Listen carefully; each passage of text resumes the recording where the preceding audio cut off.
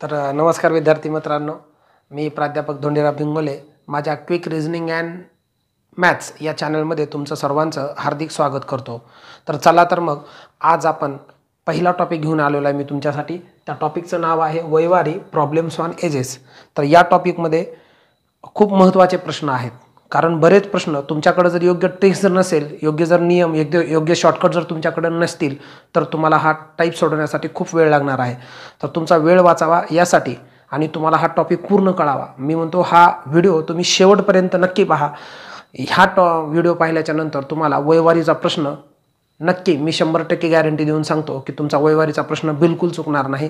त्यामुळे हा व्हिडिओ पूर्ण शेवटपर्यंत पाहायचा आहे. ओके, तर चला मग आपण वयवारीचे उदाहरणं 2 मेथडनं सोडवणार. एक म्हणजे बेसिक मेथड आणि दुसरी म्हणजे क्विक मेथड. परंतु हे बेसिक मेथडनं उदाहरणं सोडवण्यासाठी तुमच्याकडे काही बेसिक कन्सेप्ट तुमच्या क्लिअर असल्या पाहिजेत. तुम्हाला काही मूलभूत माहिती असली पाहिजे. तर त्या कोणत्या कोणत्या गोष्टी तुम्हाला माहीत पाहिजेत. विशेषतः वय तुम्हाला मानत असताना दिलेली वय एक्सच्या रूपात कशी मांडायची हे तुम्हाला माहीत पाहिजे. समीकरण दिलेल्या विधानाचं तयार करता आलं पाहिजे. तर हे समीकरण कशी तयार करायची, दिलेली वय एक्सच्या रूपात कशी मांडायची हे आपण इथं मी तुम्हाला सोडून दाखवतो. तर बघा, वयवारी प्रॉब्लेम्स ऑन एजेस हा टॉपिक येण्यासाठी तुम्हाला दिलेली वय एक्सच्या रूपात कशी मांडायची मी या ठिकाणी दाखवलेली आहेत. तर वेळ वाचावा म्हणून मी हे अगोदरच लिहून ठेवलं आहे. तर सबस्टिट्यूट करून आपण ही वय एक्सच्या रूपात कशी मांडायची ते आपण बघू. तर बघा, पहिला पॉईंट, जर रामचे आजचे वय एक्स वर्ष असेल, किती वर्ष असेल, एक्स वर्ष, तर 5 वर्षानंतर रामचं वय का होईल. जर समजा आज राम जर एक्स वर्षाचा असेल तर 5 वर्षानं त्याचं वय जे आहे एक्स अधिक 5 होणार आहे, 5 न वाढेल. आणि हेच मला जर रामचं वय 4 वर्षापूर्वीचं जर विचारलं असतं, पूर्वी पाठीमागं म्हटलं की वजा करायचं, आजच्या वयातून म्हणजे एक्समधून मी -4 करणार आहे. तर या पद्धतीने हे वय, उदाहरणार्थ तुम्हाला हे कळण्यासाठी, समजा आज राम जर समजा 10 वर्षाचा असेल, ओके, तर आज राम जर 10 वर्षाचा असेल तर 5 वर्षानंतर राम किती वर्षाचा होणार आहे, 15 वर्षाचा होणार आहे. काय केलं आपण, 10 मध्ये 5 मिळवलं. आणि मला हे जर 4 वर्षापूर्वीचं वय हवं असतं तर 10 मधून या ठिकाणी 4 गेले तर किती, 6 वर्षाचा राम असेल. तर या पद्धतीने ही वय पाठीमागचा आणि पुढची वय या पद्धतीने घ्यायची असतात. ओके, आता बघा दुसरं पॉईंट, जनरली वयवारीच्या उदाहरणामध्ये दिलेली वय ना गुणोत्तरामध्ये देतात अशी, जसं की इथं गुणोत्तर दिले 3:4. तर राम व श्याम यांच्या आजच्या वयाचे गुणोत्तर 3:4 असेल तर आज 5 वर्षानंतर, 6 वर्षापूर्वी, म्हणजे काही वर्षानंतर, काही वर्षापूर्वी अशी वय जेव्हा आपण एक्सच्या रूपामध्ये घेतो त्यावेळेला काय करायचं बघा, ह्या गुणोत्तरामध्ये पहिल्यांदा उल्लेख रामचा आहे आणि नंतर श्यामचा आहे. मग आपण काय करूया, 3 जो आहे ना हा रामसाठी आहे आणि श्यामसाठी किती आहे, 4 आहे. तर रामचं वय मी आज 3x घेणार आहे आणि श्यामचं वय 4x घेणार आहे, बरोबर. मग 5 वर्षानंतर राम आज जर 3x असेल तर 5 वर्षानं वाढणार आहेत 5 ने, 3x अधिक 5, बरोबर. आणि श्याम किती होईल, आज जर 4x असेल तर 5 वर्षानंतर तो 5 वर्षांनी वाढेल, 4x अधिक 5 होणार आहे. आता हेच मला जर आजच्या वयापासून मला काही वर्षापूर्वीचं, उदाहरणार्थ इथं 6 वर्षापूर्वीचं जर वय काढायचं असेल तर आजचं वय 3x पूर्वी म्हणलंय म्हणून मायनस मी या ठिकाणी 6 घेणार आहे आणि इथं श्यामचं वय 4x वजा 6 घेणार आहे. तर या पद्धतीनं असे चार्ट तुम्हाला नेहमी करावे लागणार आहेत. ओके, त्याच्यानंतर तिसरा पॉईंट, जर राम व श्याम यांच्या 6 वर्षापूर्वीच्या वयाचे गुणोत्तर 3:4 असेल, राम आणि श्याम यांच्या 6 वर्षापूर्वीचं गुणोत्तर, लक्षात ठेवा मगाच्या प्रश्न ह्याच्यामध्ये आजचं गुणोत्तर होतं म्हणून मी 3x आणि 4x ही जी वय आहेत ना आजची घेतलेली आहेत. पण आता हे जे वय आहेत 3:4 हे गुणोत्तर 6 वर्षापूर्वीचं दिलंय म्हणून मला अगोदर 6 वर्षापूर्वीचेच वय घेणार मी. 3x आणि 4x ही जी वय आहेत ना आजची नाही घेणार इथं मी, 6 वर्षापूर्वीची. तर रामचं वय मी 3x आणि श्यामचं वय मी 4x घेणार आहे, कधीच पण 6 वर्षापूर्वी. मग आज काय होईल, आज हा 6 वर्षानंतर येणार आहे म्हणून 3x अधिक 6 आणि श्यामचं वय 4x अधिक 6. ओके, त्या पुढं 5 वर्षापूर्वी, आजपासून 5 वर्षापूर्वी, पूर्वी म्हणले म्हणून मायनस 3x मधून 5 मायनस करा, वजा करा, 4x मधून पण 5 वजा करा. तर हे असं तुम्हाला आजच्या वयावरून पुढच्या काही वर्षानंतरची वय किंवा काही वर्षापूर्वीची वय तुम्हाला एक्सच्या रूपामध्ये मांडता आली पाहिजेत. ओके, यानंतर बघा, जनरली बरेच प्रश्न जे आहेत विद्यार्थ्यांना पटीमधले म्हणजे उदाहरणं जे आहेत ना, तर उदाहरणं सोडवताना थोडंसं आपल्याला अडचण येते, पण ती आता अडचण येणार नाही आहे. कसं बघू आपण. तर बघा, आज वडिलांचं वय मुलाच्या वयाच्या तिप्पट असेल म्हणजे काय हो, हे जर विधान असेल ना, तर ह्या विधानाला गणिती रूपात कसं मांडायचं हे आपल्याला जमलं पाहिजे. तर मी हे कसं मांडतो बघा बरं. तर आज वडिलांचं वय मुलाच्या वयाच्या तिप्पट आहे, म्हणजेच थोडक्यात वयाबाबतीमध्ये वडील बरोबर 3 गुणिले मुलगा, असं सरळ मांडायचं शॉर्टकटमध्ये. सगळं वाक्य लिहावं जसं तसं असं काही नाही आहे. बेरीज वजाबाकी गुणाकार असं म्हणजे त्यांचा उल्लेख करून आपण हे असं मांडू शकतो. वडील बरोबर 3 गुणिले मुलगा. मग मला सांगा, मग मुलाच्या पटीमध्ये वडिलांचं वय असल्यामुळं मी मुलाचं जर वय x घेतलं तर ऑब्व्हियसली वडिलांचं वय जे आहे तर आपण काय किती घेणार आहोत, 3x घेणार आहोत. बरोबर आहे. मग आता काही वर्षापूर्वी काही वर्षानंतर इकल्याप्रमाणे घ्या, इथं काय परत लिहिण्याची आवश्यकता नाही. आता 5वा पॉईंट, शिक्षकाचं वय विद्यार्थ्याच्या वयाच्या 7/4 पट असेल तर तुम्ही विद्यार्थ्याचं वय किती घेणार, शिक्षकाचं वय किती घेणार. तर जनरली बरेच जण काय करतात, विद्यार्थ्याच्या पटीत म्हणले म्हणजे थोडक्यात आता हे वाक्य काय होईल बघा बरं. शिक्षक बरोबर 7/4 गुणिले विद्यार्थी. बरोबर आहे ना, 7/4 पट आहे विद्यार्थ्याच्या. मग आता बरेच जण काय करतात, विद्यार्थ्याचं x वय घेतात बरोबर आणि शिक्षकाचं 7/4 x घेतात.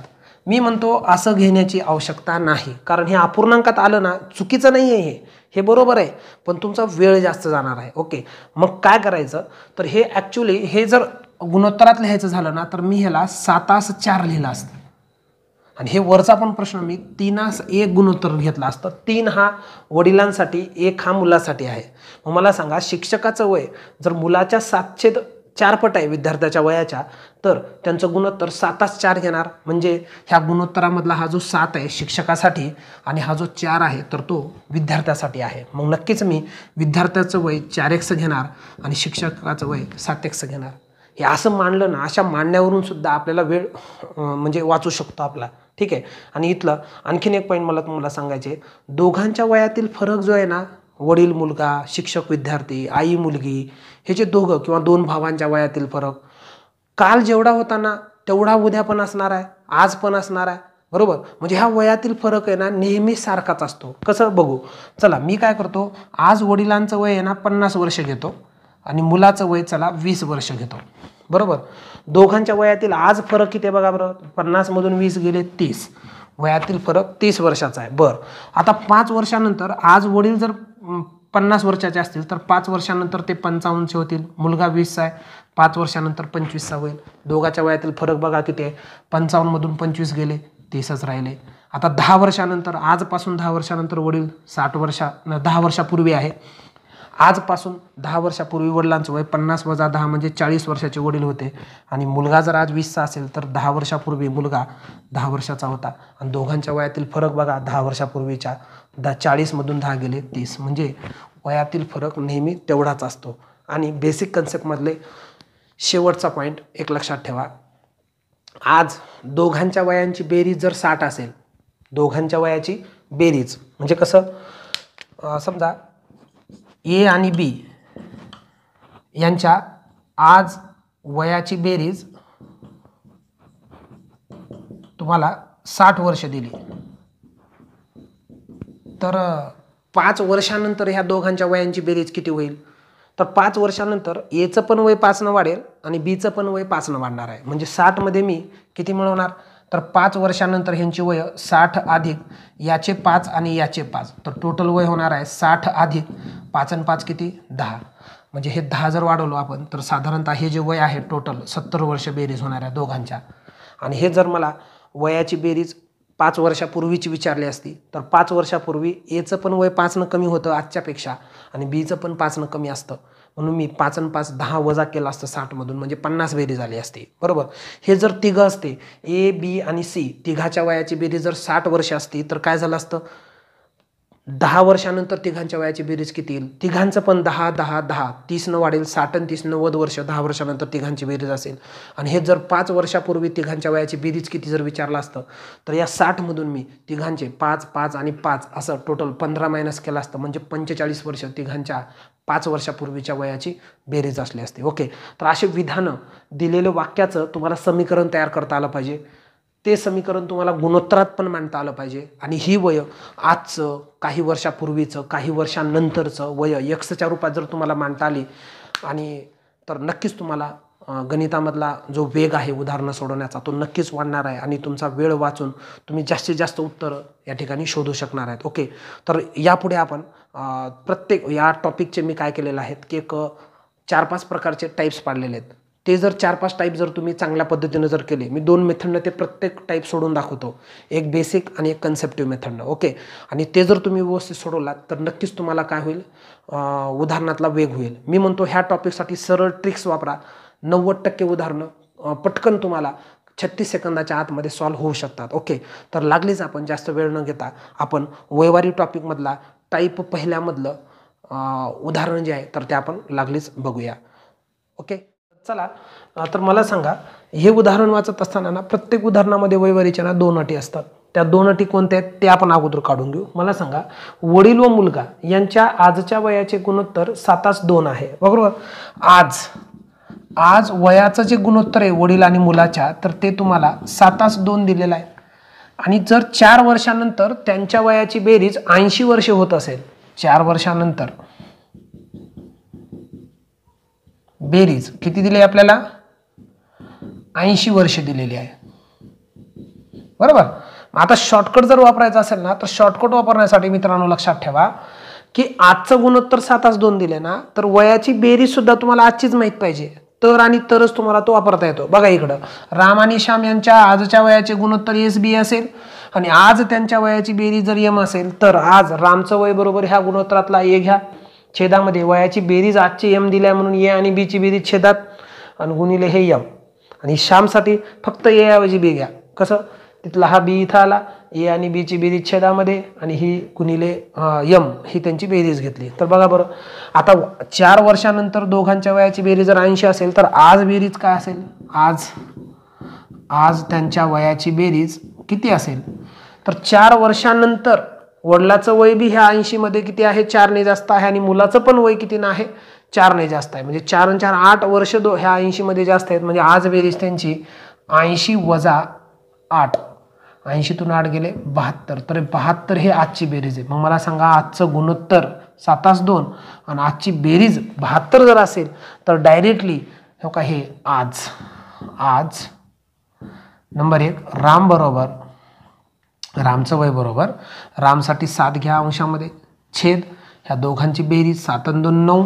ओके, का बेरीज? कारण आजची बेरीज 72 आहे ना, आणि गुणिले बेरीज 72. करा बरं काय ते बघा, 9 1 9 9 8 72, तर 7 8 56 वर्ष हे या ठिकाणी रामचं वय असणार आहे. हां, आणि नंबर 2 श्यामचं, सॉरी राम घेतलं का आपण, इथं वडील म्हणावं लागतील. हां, तर इथं वडील शॉर्टकटमधलं आलं, असं होऊ शकतं तुम्हाला पण. तर वडिलाचं जे वय आहे तर ते आपण 56 वर्ष घेतलं. आणि मुलाचं वय, मुलगा, तर मुलासाठी किती हो? 2. मुलगा बरोबर, मुलासाठी अंशामध्ये 2, छेदामध्ये 7 आणि 2 9 आणि गुणिले हे 72. हे 80 घेऊ नका, लक्षात ठेवा 72. 9 1 9 9 8 72, 8 2 16, तर 16 वर्ष हे मुलाचं वय आहे आणि 56 वर्ष वडिलांचं वय आहे. पण मी म्हणतो शॉर्टकट हे ठराविक परिस्थितीतच उपयोगी पडतात, पण हा वापरायला हरकत नाही. या टॉपिकसाठी शॉर्टकटच वापरा, काय प्रॉब्लेम येणार नाही तुम्हाला, ठीक आहे. परंतु कन्सेप्टिव्ह मेथड ही गरजेची आहे. बेसिक मेथड वापरताना पहिल्या अटीवरून आजचं आणि दुसऱ्या अटीतील वय Xच्या रूपात मांडा. पहिल्याच अटीवरून घ्यायचं हे सगळं, आणि ही X रूपातील वय दुसऱ्या अटीमध्ये ठेवून Xची किंमत तुम्हाला शोधायची आहे. कसं शोधायची बघू आपण. मला सांगा, पहिली जी अट आहे, आज वयाचं जे गुणोत्तर आहे 7:2 दिलेलं आहे, बरोबर. मग मला सांगा, ह्या अटीचा वापर करून आज मी वडिलांचं वय किती वर्ष घेणार आहे आणि मुलाचं वय किती घेणार आहे. तर या गुणोत्तरावरून 7x हे वडिलांचं वय घेणार आहे आणि मुलाचं 2x. आता पहिल्या अटीवरून फक्त मी आजचं वय काढलं. आता दुसरं काय राहिलं की दुसऱ्या अटीतलं, दुसरी अट आहे 4 वर्षानंतरची. मग 4 4 वर्षानंतर वडिलाचं वय आज जर 7 असेल तर 4 वर्षानंतर 7 एक 6 अधिक 4 होईल आणि मुलगा आज 2 एक असेल तर 4 वर्षांना अजून 4 न वाढेल. तर हे वडील आणि मुलाचं वय मी आजचं आणि दुसऱ्या अटीतलं म्हणजे 4 वर्षानंतरचे वय काढलं. संपलं सर, अर्धं काम ओके झालं. हे पण खूप सोपं आहे. 4 वर्षांनंतर त्यांच्या वयाची बेरीज 80 दिले. मग ही दुसरी अट इथे घ्या. परंतु 4 वर्षानंतर त्यांच्या वयाची बेरीज, दोघांच्या वयाची बेरीज आपल्याला 80 वर्ष दिलेले आहे. मग मला सांगा ह्या दोन वयाची बेरीज 80 घेऊ की या दोघांची बेरीज 80 घेऊ? तर ऑब्व्हियसली मी 4 वर्षानंतरची अट आहे म्हटल्यावर मी 4 वर्षानंतरचीच बेरीज घेणार आहे. म्हणून वडिलांचं वय 7 एक अधिक 4 अधिक मुलाचं वय 2 एक अधिक 4 बरोबर 80. ठेवून दिलं हे वडिलाचं वय आणि हे मुलाचं वय आहे. एकशा किमती काढायचं, उत्तर मिळणार आहे तुम्हाला. हे 7 आणि हे 2 9 एक अधिक हे 4 आणि 4 हे 8 बरोबर किती येणार आहे 80. तर मला सांगा हा 8 तिकडे जाऊन वजा होईल. 9 एक बरोबर हा 8 तिकडे गेल्यानंतर वजा 72 झाला आणि x बरोबर 9 एक 9 9 8 72. एकशे किंमत किती येणार आहे 8. एकशे किंमत ठेवून द्या. म्हणून आज वडील बरोबर वडिलांचं वय मित्रांनो किती x 7 x. मग 7 एक्सच्या जागी 8 ठेवून द्या. इथं 8 7 गुणिले 8 तर 56 वर्ष हे वडिलांचं वय आहे. आणि मुलगा बरोबर मुलाचं वय किती बघा चार्टमध्ये आजचं काढायचं ना 2 x. तर हे 2 x ठेवा. 2 गुणिले 8 बरोबर 16 वर्ष. मेथड बदलली तरी उत्तर बदलत नाही हे लक्षात ठेवा बरोबर. तर हे x मानून आहे. मी म्हणतो ना आता टाईप जरी बदलला तर ही कन्सेप्टिव्ह मेथड एक्स मानायची मेथड जी आहे बेसिक मेथड बिलकुल बदलणार नाही, ती तशीच राहणार आहे. शॉर्टकटमध्ये थोडे थोडे आपल्याला बदल करत जावे लागणार आहेत. ओके, आपण दुसरं उदाहरण या ठिकाणी बघूया. तर या उदाहरणात 2 अटी काय दिल्या ते आपण अगोदर घेऊ शोधून. तर 2 अटी, पहिली अट इथं आणि दुसरी अट इथं घेऊ. मुलाचं वय वडिलांच्या वयाच्या 3/7 पट आहे. म्हणजे मुलगा बरोबर 3/7 गुणिले वडील. शॉर्टकटमध्ये लिहायचे गणिती रूपामध्ये, लय असं लांबलचक विधान करायचं नाही. पण हे जर गुणोत्तरात हवं असेल ना तर मी ह्याला 3/7 म्हणेन. म्हणजे 3 मुलासाठी आणि 7 काय आहे वडिलांसाठी आहे. ओके, तर आता मला सांगा दुसरी अट काय म्हणले, त्यांच्या वयातील फरक किती दिलेलं आहे तुम्हाला. तर इथं वयातील फरक जो आहे ना 40 वर्ष दिलेला आहे. 40 वर्ष. ओके, आता हा फरक आहे ना केव्हाचाही असू द्या, वयातील फरक नेहमी तेवढाच राहतो. आजही 40 आहे, मागेही 40च होता काही वर्षापूर्वी आणि काही वर्षानंतरही 40च असणार आहे. म्हणजे कल भी था आज भी है और हमेशा रहेगा. वयातील फरक तेवढाच असतो. ओके, तर आता मला सांगा शॉर्टकट. तर आता मला ज्या वेळेला गुणोत्तरही माहिती आहे आणि वयातील फरक आहे, पण शॉर्टकट आपल्याला तिथं बेरजेबद्दल सांगत होतो आपण. परंतु जेव्हा या सूत्रामध्ये त्यांच्या आजच्या वयाची बेरीज नाही वजाबाकी देतात ना, तेव्हा फक्त तिथं छेदामध्ये मायनस करायचं आहे, वजा करायचं आहे. तुम्हाला बस एवढंच करायचं आहे. बघा शॉर्टकट वापरतो मी डायरेक्टली. आता मला सांगा हे जे अट आहे मुलाचं आजचंच वय आहे ना, तर इथं मी आज नंबर 1 मुलगा बरोबर आज मुलगा बरोबर मुलासाठी मी आज किती घेणार आहे 3 छेद. हा बेरीज आहे का वजाबाकी 40 आहे. तर ही वजाबाकी 40 आहे. म्हणून 7 मधून 3 गेले, छेदामध्ये 4 घ्यायचं आहे. येत्या लक्षामध्ये वजाबाकी म्हणून मायनस केलं आणि गुणिले ही वजाबाकी 40 आहे. तर 40 4 एक 4 4 10 40 30 10 म्हणजे 3 10 30. तर 30 वर्ष हे मुलाचं वय आहे. पण वडिलांचं विचारलं नाही पण आपण काढू. वडील बरोबर वडिलांचं वय बरोबर सांगा. वडिलांसाठी मी 7 घेणार आहे. 7 मधून 3 गेले 4, कारण फरक 40 आहे ना म्हणून गुणिले हे 40. 4 एक 4 4 10 40 7 10 70 वर्षाचे वडील आहेत. पण प्रश्न काय नीट बघा. तर 10 वर्षानंतर मुलाचं वय काय होईल. म्हणून 10 वर्षानंतर मुलगा बरोबर आज जर मुलगा 30 वर्षाचा असेल तर अजून 10 वर्षानंतर अजून 10चं वाढेल. 30 आणि 10 40 वर्षाचा हा मुलगा होणार आहे. एक्स म्हणून पण सोडवा. हे एक्स म्हणून यायलाच पाहिजे. पुन्हा मी आग्रह करतोय कारण हे यायलाच पाहिजे सर. कारण पायाची डोक्याची संख्या मोजणे, टोपलीतले फुलं मोजणे, असे काही कूट प्रश्न आहेत बऱ्याच वेळेला आपल्याला उदाहरणामध्ये एक्स मानावंच लागणार आहे. त्याच्यामुळे हे यायलाच पाहिजे. मग घ्या चला पहिल्या अटीवरून. पहिली अट कधीची आजचीच आहे आज. तर मी मुलगा किती घेऊ आणि वडील किती घेऊ. तर वडिलांच्या पटीत आहे. जनरली वडील x घेतात बरेच जण, पण आपण तसं करणार नाही आहेत. मुलासाठी 3, वडिलांसाठी 7 देणार आहोत. आज मुलासाठी 3x, वडिलांसाठी 7x. हे बघा बरेच जण काय करतात, वडील x घेतात आणि मुलगा 3/7x घेतात. असं घेऊन उगाच गोंधळात जायचं गरज नाही, काही गरज नाही हे घेण्याची. अलग लक्षात. इथं सरळ सरळ 3 मुलासाठी आणि 7 वडिलांसाठी आहे. मग मला सांगा इथं 3x आणि हा 7x. ओके. आज झालं दोघांच्या वयातील फरक. बघा आज त्यांच्या वयातील फरक जो आहे तर तो किती दिलेला आहे आपल्याला, फरक बरोबर 40 वर्ष. मग मला सांगा एवढंच आहे सर, 7x मधून वडिलाच्या वयातून मुलाचं वय करा. वय ऋण नसतंय त्याच्यामुळे तसंच करून टाका. म्हणून वडिलाच्या वय जास्त असल्यामुळं त्याच्यातून मी 3x मुलाचं वय वजा करतो बरोबर 40. 7 मधून 3 गेले 4, 4x बरोबर 40. x बरोबर 4 1 4 आणि 4 10 40. x ची किंमत 10 ठेवून द्या. म्हणून आज मुलगा बरोबर किती वर्षाचा आहे, 3x. तर 3 गुणिले 10 30 वर्षाचा आज मुलगा आहे.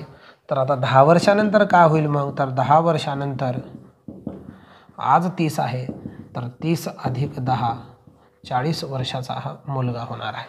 येते लक्षामध्ये. तर या पद्धतीनं आपण उदाहरण. तर आता आपण दुसऱ्या टाईपची अजून 2 उदाहरणं बघू. त्याच्यामुळं तो टाईप तुम्हाला येणं गरजेचं आहे. सोपं आहे कारण मी पहिल्या व्हिडिओमध्ये हा टाईप जो आहे ना तो करून दाखवलेला होता. तर दुसरा टाईप जो आहे ना त्याची ट्रिक पण नवीन आहे, पण 2 अटी मात्र त्याच राहणार आहे. तर दुसरं उदाहरण आपण म्हणजे दुसरा टाईप जो आहे ना तो लागलीच आपण या ठिकाणी हा दुसरा टाईप बघूया.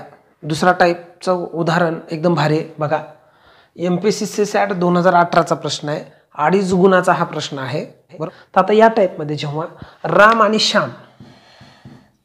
राम व श्याम यांच्या आजच्या वयाचं गुणोत्तर तुम्हाला SB दिलेलं आहे. T वर्षानंतर त्यांच्या वयाचं गुणोत्तर CSD होणार आहे. T वर्षानंतर किंवा पूर्वी काय प्रॉब्लेम नाही. T वर्षानंतर असो किंवा T वर्षापूर्वी असो, तेव्हा जर गुणोत्तर तुमचं CSD होत असेल तर आज हे गुणोत्तर कधीचं आहे, आजचं आहे. मग तुम्हाला आजचीच वय मिळतात हे. तर आज रामचं वय बरोबर, रामसाठी हा याच्यातला A घ्या, A गुणिले हे किती वर्ष T, तर T वर्ष गुणिले ह्या दुसऱ्या गुणोत्तरातला फरक C वजा D. पण हे मॉडमध्ये टाकलंय. मॉड म्हणजे केवल मूल्य, म्हणजे समजा ह्या दोघांची वजाबाकी ऋण आली तरी ते धन घ्यायचं आहे. चिन्ह विरहित किमतीला मॉड म्हणायचं. ओके. तिथं आणि छेदामध्ये हा पूर्ण टॉपिक संपेपर्यंत लक्षात ठेवा. ह्या ट्रिक्स वापरत असताना, क्विक मेथड वापरताना छेदामध्ये नेहमी ह्या 2 गुणोत्तर जे असतात ना त्यांचा तिरकस गुणाकारातला फरक तुम्हाला छेदात घ्यायचा आहे. म्हणजे कसा लिहिलाय बघा, मॉडमध्येच टाकला मी हा A गुणिले D वजा B गुणिले C. म्हणजे ह्या दोघांचा गुणाकार आणि ह्या दोघांचा गुणाकार यांची काय करायची तुम्हाला वजाबाकी छेदात घ्यायची आहे. झालं. आणि श्यामसाठी फक्त A ऐवजी इथं B घ्या. तिथला B गुणिले हो का हे T वर्ष गुणिले दुसऱ्या गुणोत्तरातला C वजा Dचा फरक आणि छेदामध्ये तिरकस गुणाकारातला फरक. That's it. असं जर माहीत असेल तर बघा मी काय केलं, असं शॉर्टकट मेथडनं हे उदाहरण सोडवण्यासाठी काय करू, इथं 2 अटी दिलेल्या आहेत ना ते असं बाजूला काढून घ्यायचं. म्हणजे कसं असा प्रॉब्लेम येत नाही. आणि आम्हाला तुम्हाला आज जे गुणोत्तर दिले ना तर ते तुम्हाला 3/4 दिले आणि 5 वर्षांनंतर जे गुणोत्तर दिले ना ते 4/5 दिलेलं आहे बरोबर. 4/5 दिलेलं आहे. तर मग मला सांगा, मी सविताचं वय काढताना बघा आजचा आणि वर्षानंतर किंवा पूर्वी असलं तरी चालतंय. सवितासाठी हे 3 आहेत म्हणून 3 गुणिले हे 5 वर्ष म्हणून हे 5 आणि गुणिले ह्या दोघातला फरक 1 आणि छेदामध्ये तिरकस गुणाकारातला फरक 5 त्रिक 15 4 चौक 16. 16 मधून हे 15 गेले 1 3 5 15. 15 वर्षाची काय आहे, हे सविता आहे. आणि नंबर 2 आज कविताचं वय बरोबर. बघा कवितासाठी 3 नाही आहे, आता किती आहे 4. 4 गुणिले हे किती वर्ष येतं 5 वर्ष. 5 वर्षानंतर म्हणलंय म्हणून हे 5 वर्ष गुणिले दुसऱ्या गुणोत्तरातला फरक 1 आणि छेदामध्ये तिरकस गुणाकारातला फरक जो आहे तर तो पण 1च आहे. 4×5 = 20 वर्ष. मी एवढ्या पटकन हे उदाहरण काढलं असतं. मी तर ती पहिली पण मेथड सांगितली. ज्या वेळेला दोघातला फरक 1 आहे, इथे बी दोघातला फरक आहे. सरळ 5 न गुणा 5 त्रिक 15 वर्षाची सविता येते, 5 चौक 20 वर्षाची कविता येते. That's it. अलग CSATचा प्रश्न आहे म्हणजे खूप अवघड असतो असं काहीच नाही आहे. काही उदाहरणं आपल्याला खूप लवकर आणि जलद सोडवता येतात. चला आपापलं कन्सेप्टिव्ह मेथडनं सोडवा. बघा आज मी सविताचं वय काय घेऊ, सविता बरोबर सवितासाठी बघा ह्या गुणोत्तरामध्ये किती आहे 3, म्हणून 3x सविता घेणार आणि कविताचं वय मी नक्कीच किती घेणार आहे 4x घेणार आहे. दुसरी अट 5 वर्षानंतरचे म्हणून 5 वर्षानंतर सऊचं वय किती होणार आहे 3x + 5 आणि कऊचं वय 4x + 5. बघा काय झालं तर हे गुणोत्तर तुम्हाला इथं दिलेलं आहे. परंतु हे दुसऱ्या अटीमध्ये ठेवून द्या. म्हणजे आपल्या ह्याच्या 2 अटी आहेत ना, पहिल्या अटीवरून आजचं आणि दुसऱ्या अटीतील वय x च्या रूपामध्ये शोधा आणि ही x रूपातील वय दुसऱ्या अटीमध्ये ठेवा आणि x ची किंमत शोधा, म्हणजेच उत्तर मिळतात तुम्हाला. मग दुसरी अट काय सांगा मला, 5 वर्षानंतर सर तुम्हाला समीकरणं तयार करता आले पाहिजेत, त्याच्याशिवाय वयवारी पक्की होत नाही, लक्षात ठेवा. सोपं एकदम. दुसरी अट काय बघा, 5 वर्षानंतर त्यांच्या वयाचं गुणोत्तर वयाचंच आहे, त्याच्यामुळे वय लिहायची गरज नाही. तर 4/5 होईल. 4/5 म्हणजे सर 4/5 आणि गुणोत्तर म्हणजे 2 राशींचा भागाकार. मग कुण्या 2 राशींचा, सविताच्या वयाला कविताच्या वयानं जर भाग दिलं तर तो भागाकार 4/5 येतो, बरोबर. मग इथं सविताचं वय मी हे दोघं घेऊ, सविता कविता का हे 2 घ्यायचं, तर ऑब्व्हियसली ही अट 5 वर्षानंतरचे म्हणून मी 5 वर्षानंतरचीच वय घेणार. सविताचं वय 3x + 5 अंशामध्ये आणि कविताचं वय 4x + 5 छेदामध्ये. झालं. समीकरण सोडवायचे तुम्हाला. समीकरण सोडवलं की उत्तर तुम्हाला येणारच आहे. करा तिरकस गुणाकार. ह्या 5 ह्याला गुणायचं, ह्या 4 इकडं 5 × 15 होतात आणि हे 4 × 16 होतात. एक लक्षात ठेवा, जे x जास्त येतात ना ते कधी पण डाव्या बाजूला घ्यायचं, बरोबर. तर बघा 4 × 16x अधिक 4 × 5 हे 20, बरोबर. 5 × 15x अधिक 5 × 5 25. तर हे 16 मधून हे 5 इकडं 15 वजा होतील, तर x बरोबर हा 20 इकडे जाऊन वजा होईल. 25 मधून हा 20 तिकडं मायनस झाला, तर इथं किती येणार आहे 5. x ची किंमत किती आली सर 5. x ची किंमत जर 5 असेल तर आज सविताचं वय, आज सविता बघा किती वर्षाची आहे 3x आहे, 5 × 15 वर्षाची सविता आहे आणि कविताचं वय 4x. x ची किंमत 5 ठेवा, 4 × 5 20 वर्षाची हे कविता असणार आहे. मला सांगा, एवढा वेळ घालवण्याची काहीच गरज नाही सर. काही उदाहरणं तुम्हाला मी सांगतो. हा व्हिडिओ तुम्ही शेवटपर्यंत पहा. हा वयवारीचे मला 2 भागात व्हिडिओ बनावा लागणार आहे, कारण बरेच मोठा व्हिडिओ होत आहे, बरोबर. म्हणून मी पुढच्या पार्टमध्ये तुम्हाला ॲडव्हान्स वयवारी काय असेल, की जिथं तुम्हाला प्रत्येक वेळेला गुणोत्तरातच असतं असं नाही ना, कधी वयोपटीमध्ये असतात. दुपटीपेक्षा 5 ने जास्त, दुपटीपेक्षा तिपटीपेक्षा काहीतरी वर्षाने कमी, अशी उदाहरणं असतात. तर टफ उदाहरणं आपण या ठिकाणी आपण मला सांगा, या उदाहरणामध्ये आपल्याला 2 अटी काय दिलेल्या आहेत. 2 अटी काय दिल्या ते आधी शोधू आपण. काय बघा, वडील व मुलगा यांच्या आजच्या वयाचे गुणोत्तर 7:2 आहे. बघा, आज वडील आणि मुलाच्या वयाचं गुणोत्तर, आजचं जे गुणोत्तर आहे ना, आज गुणोत्तर 7:2 दिलेलं आहे. ओके. आणि दुसरी अट, 5 वर्षापूर्वी हे गुणोत्तर 6:1 होतं. 5 वर्षांपूर्वी हे गुणोत्तर किती होतं 6:1 होतं. तर आज त्यांची वय शोधा. आज त्यांची आपल्याला काय करायचे आहेत, वय शोधायचे आहेत. मग बघा, सिंपल आहे, आपली ट्रिक वापरा, बरोबर. ह्याच्यात बघा, डायरेक्टली जेव्हा मला आजचं गुणोत्तर काही वर्षापूर्वीचं किंवा काही वर्षानंतरचं देतात, तेव्हा डायरेक्टली वडील पहिल्यांदा आहेत आणि नंतर मुलगा आहे, म्हणून वडिलांसाठी 7, मुलासाठी 2. तर बघा, हे कधीची अट आहे, आजची. म्हणून आज नंबर 1 वडील बरोबर, वडिलासाठी मी इथला किती घेणार आहे 7 गुणिले हे किती वर्ष येतं 5 वर्ष, हे 5 वर्ष गुणिले ह्या दोघातला फरक 6 मधून 1 गेला हे 5 आणि छेदामध्ये फरक 5. इथं वाटल्यास तुमच्यासाठी लिहितो, फरक जो आहे ह्या 6 मधून 1 गेला, हा जो फरक आहे ना तो 5 आहे. आणि छेदात कधी पण तिरकस गुणाकारातला फरक 7 × 7 6 × 2 12, 6 × 2 12 मोठा आहे आणि 7 × 7, तर ह्या 12 मधून 7 गेले 5, तर हा जो फरक आहे ना पुन्हा 5 आहे. तिरकस गुणाकारातला फरक म्हणजे असा 7 × 7 6 × 2 12, 12 वजा 7 × 7 12तून 7 गेले 5, छेदामध्ये 5. तर बघा, हे 5 आणि हे 5 गेलं, 7 × 5 35 वर्ष हे आज वडिलांचं वय असणार आहे. किती वर्ष असणार आहे 35 वर्ष. झालं. मुलगा सांगा बरं. मुलगा बरोबर मुलासाठी किती आहे, इथं 7 नाही आहे, इथं 2 आहे. 2 गुणिले किती वर्षे 5 वर्ष गुणिले ह्या दुसऱ्या गुणोत्तरातील फरक 6 मधून 1 गेला 5, 6 मधून 1 गेला 5 फरक, कुठला फरक घेतोय, दुसऱ्या गुणोत्तरातील फरक आणि छेदामध्ये तिरकस गुणाकारातला फरक, 6 दुनी 12, 7 एक 7, 12तून 7 गेले 5, 5 5 गेले 5 दुनी 10, तर 10 वर्षाचा हा काय आहे, मुलगा आहे. सिंपल आहे, एक्स मानून, तेही सोपं आहे, एवढं काय अवघड नाही. आजचं गुणोत्तर हे का बघा, आज वडिलांचं वय नक्कीच मी किती घेणार आहे, 7x, कारण 7 2 मधलं 7 वडिलांसाठी, मुलगा बरोबर मी किती घेणार आहे, 2x. आज मग दुसरी अट आहे 5 वर्षापूर्वी, मग 5 वर्षापूर्वीचं वय मी x रूपात, हेच कंटिन्यू करा, नाहीतर 6x आणि 1x असं नाही करायचं, यालाच कंटिन्यू करा. 7x वजा 5, 2x वजा 5, बरोबर. मग बघा आपला हा चार्ट, असे नेहमी बरेच चार्ट आपल्याला इथं बनावे लागतील. बेसिक मेथड आपण सोडवतो ही, बरोबर. तर आता इथं मला सांगा, परंतु त्यांनी काय म्हटलंय सर, 5 वर्षापूर्वीची अट त्यांनी काय दिली आहे की त्यांचं गुणोत्तर जे आहे वयांचं, त्या दोघांच्या वयाचा भागाकार 6:1 होता. मग मी या दोघांचा भागाकार 6/1 घेऊ का या दोघांचा भागाकार 6/1 घेऊ, तर ही अट आहे 5 वर्षापूर्वीची, म्हणून मी नक्कीच 5 वर्षापूर्वीची वय 7x वजा 5/2x वजा 5 बरोबर 6/1. 6/1 तिरकस गुणाकार करा, 6 दुनी 12 मोठे, 12x 6, हे वजाला वजा, 6×5 30 बरोबर 1×7 7x वजा 1×5 5, ह्या 12तून हे 7 गेले, लिहू का एकदा बघा, 12x वजा 7x बरोबर वजा 30, तिकडं हे -5 तसंच राहू द्या, वजा 30 इकडून +30 बरोबर.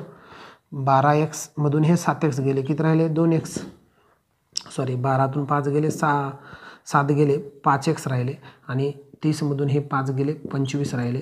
x बरोबर 5×5 25, x ची किंमत 5. म्हणून आज वडिलांचं वय 7x, x ची किंमत 5 ठेवून द्या, 7×5 35 वर्षाचे वडील, आणि मुलगा असणार आहे 2x, 7 दुनी 5 दुनी 10 वर्षाचा काय असणार आहे, मुलगा. मेथड बदलली तरी उत्तर बदलत नाही.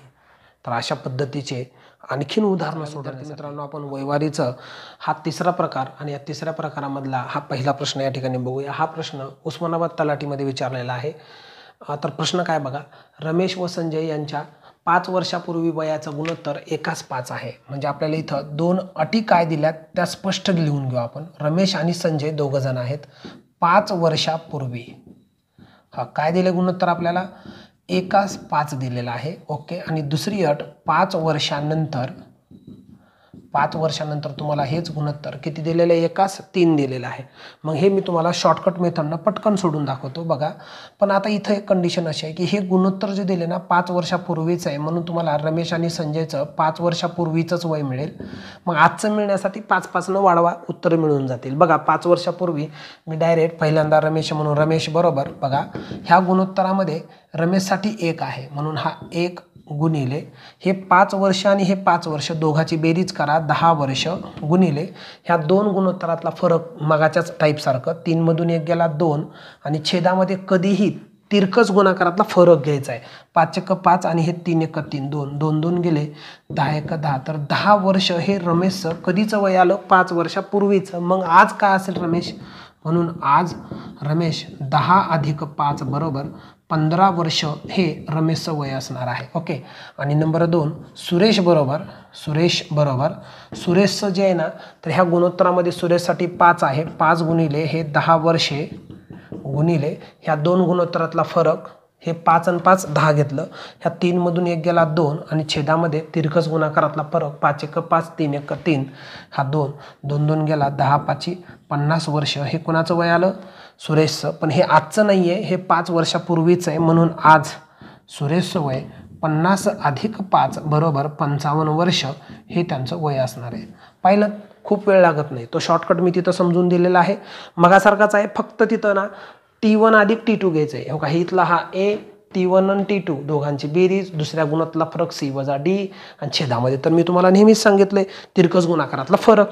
ओके, हां. तर आता कन्सेप्टिव्ह मेथडनं बघा, कन्सेप्टिव्ह मेथड इथं बदलणार नाही आहे. ते जे 2 अटी आहेत ना आपल्या, पहिल्या अटीवरून आजचं आणि दुसऱ्या अटीतलं वय x च्या रूपात शोधा, आणि ही x रूपातील वय दुसऱ्या अटीमध्ये ठेवलं की तुम्हाला x च्या किमती तुम्हाला मिळणार आहेत. ओके, तर बघू आपण कसं सोडवायचं. बघा, ही 5 वर्षापूर्वीची अट मी वापरतो, 5 वर्षापूर्वी आज आणि 5 वर्षानंतर, कारण बघा ना दुसरी अट 5 वर्षानंतरची आहे. मग मला सांगा रमेश आणि दुसरा आहे संजय. मी तर सुरेश म्हटलं, वाटलं इथं संजय करा, बरोबर. तर इथं मला रमेशचं वय 5 वर्षापूर्वीचं काय घेणार आहे x, आणि संजयचं वय नक्कीच मी 5x घेणार आहे. ओके. आज काय होईल x अधिक 5 आणि हा 5x अधिक 5. 5 वर्षानंतर x अधिक 10 आणि 5x अधिक 10, बरोबर. हा चार्ट तर आपण पहिल्यापासून भरपूर करत आलेलो आहोत. ओके. तर आता बघा, परंतु 5 वर्षानंतर काय होईल म्हटलेलं आहे, त्यांच्या वयातील जो काही गुणोत्तर आहे, त्यांच्या वयाचं गुणोत्तर तो तुम्हाला 1:3 दिलेला आहे. म्हणून मी ह्या दोघांचा भागाकार, या दोघांचा भागाकार आपण 1/3 घेणार आहोत, ते बघू आपण. तर नक्कीच हे 5 वर्षानंतरच घ्यावं लागेल. x अधिक 10 छेद 5x अधिक 10 बरोबर 1/3. तिरकस गुणाकार करा, 1 न इकडं गुणा, 5x अधिक 1 10 बरोबर 3 न इकडं गुणा, 3x अधिक 3 10 30. तर हे 5 3x मधून 3x गेल्यानंतर 5 मधून 3x गेले, 2x बरोबर हा 10 तिकडं वजा होईल 20, x बरोबर 10. xची किंमत 10 ठेवून द्या. म्हणून आज तुम्हाला रमेश x वर्षाचा नाही, x अधिक 5 आहे, xची किंमत 10 ठेवा. तर नक्कीच उत्तर 10 अधिक 5 बरोबर 15 वर्ष. आणि दुसरा सुरेश बरोबर, सुरेशचं जे वय आहे तर ते आहे 5x अधिक 5, 10 5 50 अधिक 5 बरोबर 55 वर्ष. हे या ठिकाणी सुरेशचं वय असणार आहे. म्हणजे बघितलात, तुम्हाला शॉर्टकट माहीत असतील, ट्रिक्स माहीत असतील तर नक्कीच तुमचा वेळ वाचणार आहे. तर असा वेळ वाचवण्याच्या भरपूर ट्रिक्स घेऊन आपण पुढच्या व्हिडिओमध्ये नक्की भेटूया. कारण वयवारीचा सेकंड पार्ट ॲडव्हान्स तो जो आहे तर तो आपण बघूया. याची आणखीन उदाहरणं आपण नेक्स्ट व्हिडिओमध्ये बघूया. कारण